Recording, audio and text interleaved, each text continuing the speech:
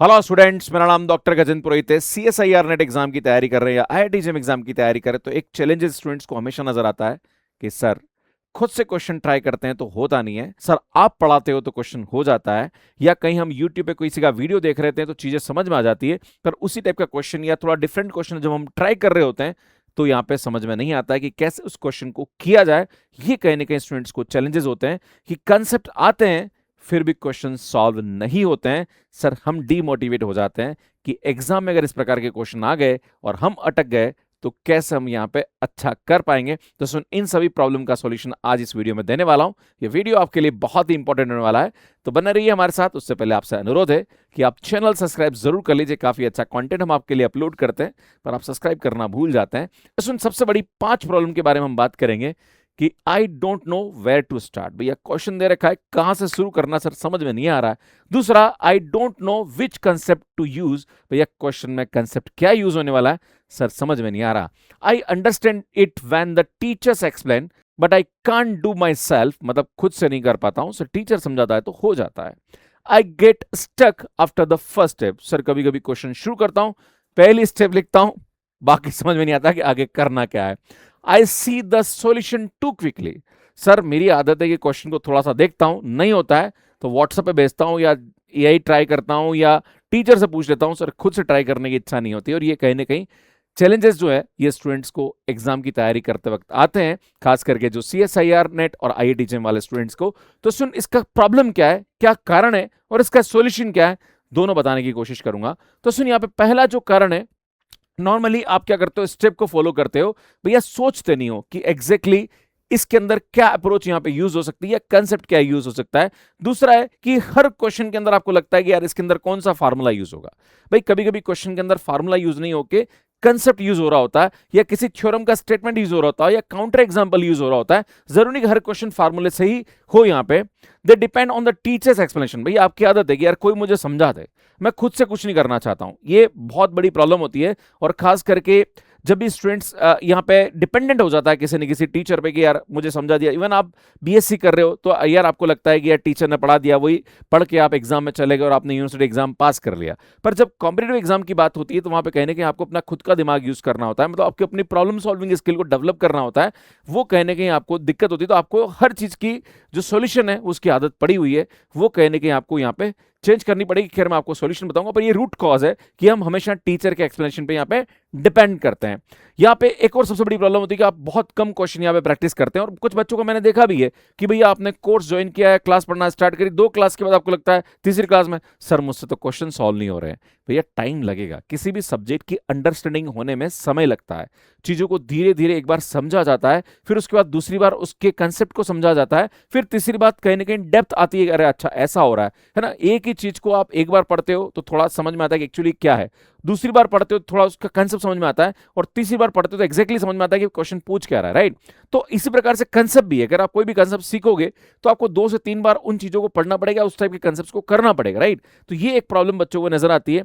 Break N unfamiliar question, जैसे आपको कोई अनफेमिलियर क्वेश्चन मिल जाता है, बहुत सारे क्वेश्चन ऐसे बहुत बड़े बड़े होते हैं पर उनका सॉल्यूशन 1 सेकंड में निकल सकता है। बस कहीं ना कहीं वो अप्रोच आपको डेवलप करनी पड़ेगी, और आपको जब भी कोई अनफेमिलियर क्वेश्चन मिलता है कि यार ऐसा क्वेश्चन तो मैंने कभी ट्राई नहीं किया, अचानक आ गया, तो आप सरेंडर कर जाते हो। ये कहने के आपकी दिक्कत होती है। एक और प्रॉब्लम यहां पे नजर आती है जो कि मैंने अभी आपके सामने बताया कि सर टीचर समझाता है, समझ में आ जाता है, पर खुद जब मैं अप्रोच करता हूं तो चीजें समझ में नहीं आती है, तो वो मुझे लगता है प्रैक्टिस होगा। एक और जो प्रॉब्लम नजर आती है कि आप डिफरेंट डिफरेंट वेरिएशन के जो क्वेश्चंस हैं वो खुद से ट्राई नहीं करते हैं। देखो मैं आपको बता दूं कि मैं मैथ्स के एप्लीकेशन पे सीएसआईआर नेट और आईआईटी जेईई पढ़ाता हूं, और मैंने यही प्रॉब्लम मैंने पिछले 3-4 सालों में स्टूडेंट्स में देखी है। इसके लिए मैंने यहाँ पे एक सॉल्यूशन लेके आया। मैं डेली मॉर्निंग में एक कॉम्बैट सीरीज कराता हूँ जहां पर लगभग 10 से 15 क्वेश्चंस स्टूडेंट्स को प्रैक्टिस कराता हूँ। यहाँ पे मैं सेट एग्जाम के क्वेश्चंस करा रहा हूँ, गेट एग्जाम के क्वेश्चंस करा रहा हूँ, आईआईटी जेईई एग्जाम के, सीएसआर के जो प्रीवियस ईयर क्वेश्चन है, तो बहुत सारे वैरायटी ऑफ क्वेश्चंस हम स्टूडेंट्स को करा रहे हैं ताकि उनके कंसेप्ट क्लियर हो। और मैं जब भी क्लास के अंदर क्वेश्चन कराता हूं तो मैं स्टूडेंट को हमेशा 2 से 3 मिनट देता हूं कि यार खुद से ट्राई करो,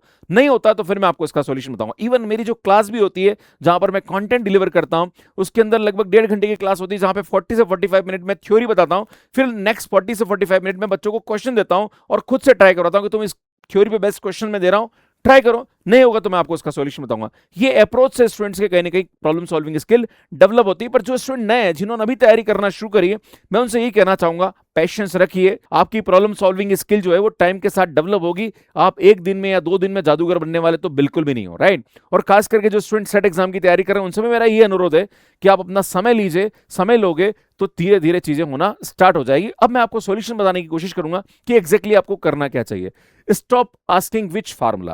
भाई कोई भी क्वेश्चन अगर आप सॉल्व कर रहे हो तो आप फार्मूले पे दिमाग मत लगाओ, आप कंसेप्ट को सोचो कि यार एक क्वेश्चन किस कंसेप्ट से या किसी थ्योरम से कनेक्टेड है या इसका कोई काउंटर एग्जांपल तो नहीं है। देखो एक बात ध्यान देने की जरूरत है, चाहे सीएसआर हो, चाहे आईआईटी जेम हो, चाहे सेट एग्जाम हो, क्वेश्चन वही बनेगा जहां पर गड़बड़ होगी। देखो मैं आपको बताना चाह रहा हूं, जैसे सब सीक्वेंस की बात करी जाए तो कन्वर्जेंट सीक्वेंस की सभी सब सीक्वेंस कन्वर्जेंट होती है, डाइवर्जेंट सीक्वेंस की सभी सब सीक्वेंस डाइवर्जेंट होती है। मेन प्रॉब्लम कहां होती है? ऑसिलेटिंग में होती है कि कोई भी सीक्वेंस अगर हमारे पास ऑसिलेटिंग फाइनाइटली या इनफाइनाइटली तो उसकी सब सीक्वेंस कन्वर्जेंट भी हो सकती है, डाइवर्जेंट भी हो सकती है और ऑसिलेटिंग भी हो सकती है।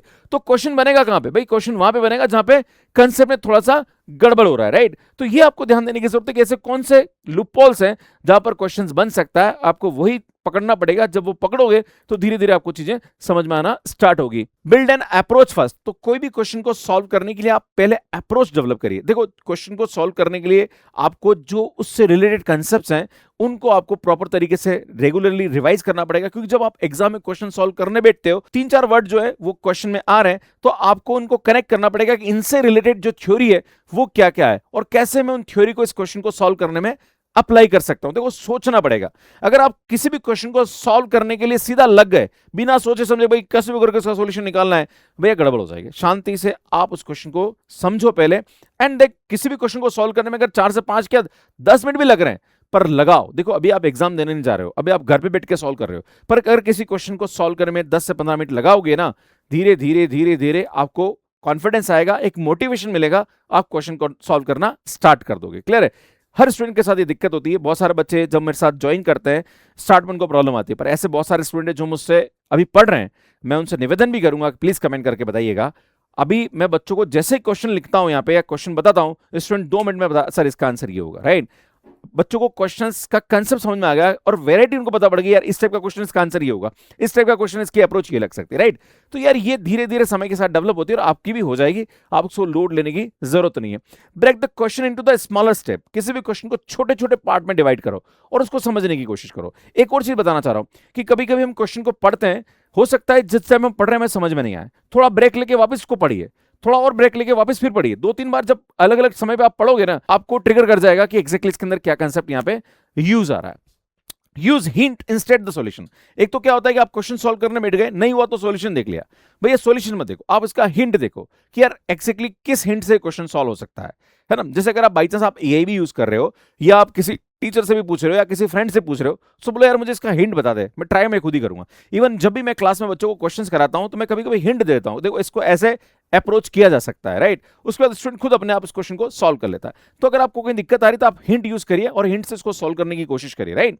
तभी धीरे धीरे आपका कॉन्फिडेंस यहाँ पे डेवलप होगा। नेक्स्ट पॉइंट आता है practice the why not just the how. कोई भी अप्रोच किसी क्वेश्चन में अगर आप अप्लाई कर रहे हो या जैसे मैंने भी पढ़ा है तो आपके दिमाग में ये होना चाहिए यार ये अप्रोच इस क्वेश्चन में क्यों लगी। एक बात और बताना चाह रहा हूं कि मान लीजिए कोई क्वेश्चन में आपको सॉल्व करा रहा हूं, 4 ऑप्शन दे रखे हैं, तो कोशिश करिए कि चारों ऑप्शन में जो सही ऑप्शन है वो सही क्यों है और 3 ऑप्शन जो दे रखे हैं बाकी वाले वो गलत क्यों है, ये भी आपको सोचना पड़ेगा। अगर आप इस प्रकार से अप्रोच लगाओगे तो धीरे धीरे आपका कॉन्फिडेंस बिल्ड हो जाएगा। पर मैं आप सभी से निवेदन करना चाहता हूं कि हमेशा आपके पढ़ने का और आपके लर्निंग का एक कर्व होता है, वो धीरे धीरे ही आपको एक्सपोनेंशियल बनेगा। एक दिन में अगर आप सोचोगे कि मेरा आज ही सब कुछ हो जाए तो भैया ऐसा होना बिल्कुल भी संभव नहीं है। और धीरे धीरे धीरे धीरे धीरे धीरे जब आप क्वेश्चन सॉल्व करना स्टार्ट करेंगे, प्रैक्टिस करेंगे, तो आपका कॉन्फिडेंस यहाँ पे बिल्टअप हो जाएगा। और क्लासेस रेगुलर लीजिए। जो बच्चा क्लास रेगुलर पढ़ रहा है, डीपीपी लगातार सॉल्व कर रहा है, कॉम्बैट सीरीज बराबर ले रहा है, मुझे लगता है वो इजीली यहाँ पे अच्छा स्कोर कर सकता है।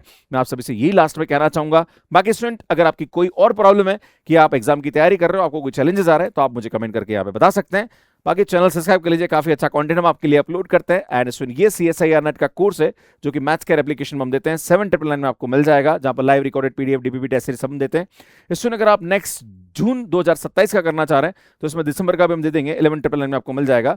बाकी हम लोग सेट एग्जाम के कोर्सेज भी यहाँ पे पढ़ाते हैं। बहुत सारे बच्चों का था कि सर आप उड़ीसा सेट का देते हैं कि नहीं देते, भैया हमने उड़ीसा सेट का कोर्स भी लॉन्च कर दिया है। एक नॉर्थ ईस्ट स्टेट का जो एग्जाम का कोर्स है वो भी हमने लॉन्च कर दिया। बाकी सभी स्टेट के सेट एग्जाम के कोर्सेज मैथ्स के ऐप पे अवेलेबल है। लगभग 399 में आपको हमारा सेट एग्जाम का कोर्स मिल जाएगा और 799 में आपको टेस्ट सीरीज मिल जाएगी। सुनिए, काफी अच्छा प्राइस में हम लोग कोर्स आपको प्रोवाइड कर रहे हैं। एक हमारा नया यूट्यूब चैनल जो कि आप यहाँ पे देख सकते हैं, जिसमें गेट इंजीनियरिंग मैथमेटिक्स के लिए और एआई कोर्स के लिए और स्किल्स के लिए हमने लॉन्च किया है। आप सब्सक्राइब कर लीजिएगा और हमारा नया कोर्स 15 अगस्त को आने वाला है। बाकी हम टीजीटी पीजीटी के कोर्सेज भी मैथ्स के एप्लीकेशन में पढ़ाते हैं। सुनिए, हमारा एआई मास्टरी कोर्स है जो कि आपको हमारे नए एप्लीकेशन मैथ्स का डिजिटल पे मिल जाएगा। ये हमारी बुक्स है। जो भी स्टूडेंट नेट एग्जाम की तैयारी कर रहा है उसको इस बुक को जरूर रेफर करना चाहिए, और जो स्टूडेंट आईआईटी की तैयारी कर रहा है उसको इस बुक को जरूर रेफर करना चाहिए। बाकी स्टूडेंट, ये हमारा मैथ्स का एप्लीकेशन है जिसे आप डाउनलोड कर सकते हैं। एंड कैसे आप हमारा कोर्स ले सकते हैं इसका वीडियो आप यहाँ जाके देख सकते हैं। बाकी सीएसआईआर नेट एग्जाम की तैयारी करना चाह रहे हैं तो सुन, हमने एक पूरा रोड मैप समझा रखा कैसे आपको उस एग्जाम की तैयारी करनी चाहिए, वो आप यहाँ जाके देख सकते हैं। यहाँ जाके चैनल को सब्सक्राइब कर सकते हैं। धन्यवाद।